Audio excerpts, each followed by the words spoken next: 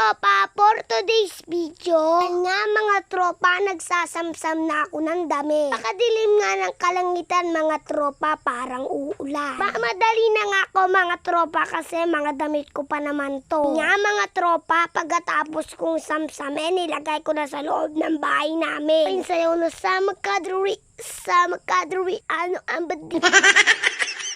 At napansin ko na naman tong harapan namin. Ay nako, wala na talaga ako masabi sa mga kapatid ko. Talagang inuubos na talaga ang pasyensya ko sa kanila. So talaga sa pamamahay na to, ako lang talaga ang masipag. Pero syempre mga tropa, napapagod rin ako. Ano na lang ba ako?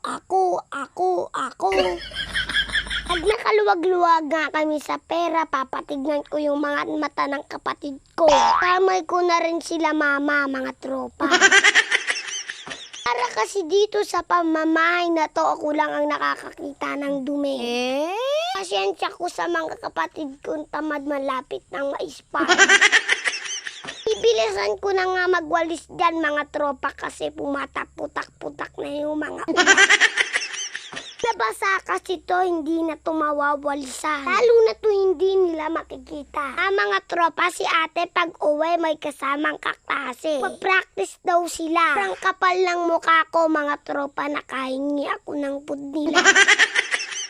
Kaya wala akong food, ako tagalinis nila. Hindi po pwede yun. Yan nga mga tropa, niligpit ko lang ng kuti itong lamesa. Sobrang dumi. Doon ko na nga sana ma-stress, pero nai-stress talaga ako. Wala na talaga akong masabi sa kanila. Mana talaga sila sa pigmanahan nila.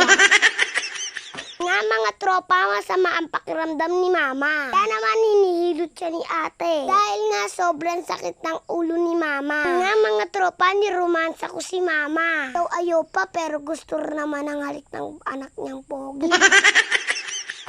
Shout out nga muna sa mga tropa namin dyan at sa mga OFW. At wala muna tayong payo-payo mga tropa. Basta lang kasi alam nyo naman stress na ako. Kaya nga si mama ay masama ang pakiramdam na ang nagluto ng kakainin namin ngayong gabi. Kahit kakaunti natutunan ng kasipagan tong isa kong ate.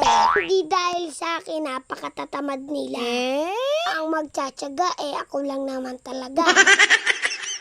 Ito nga yung sinasabi ko sa inyo mga tropa. Gantong may sakit ang mga magulang natin. Tayo mukhang kaawa kasi marunong tayo. Si ate nagluluto ng pagkain namin. Hindi nga naturuan si ate. Si mama pa rin ang magluluto. Di lalo siyang magkakasakit. Talang naturuan kami. Siya mga tropa, matatapos na pala tong video ko. Di pa nga kayo nakapalo sa amin, ipalo nyo na kami. I-share nyo na rin tong video namin. Naman hanggang dito na lang. Bye-bye!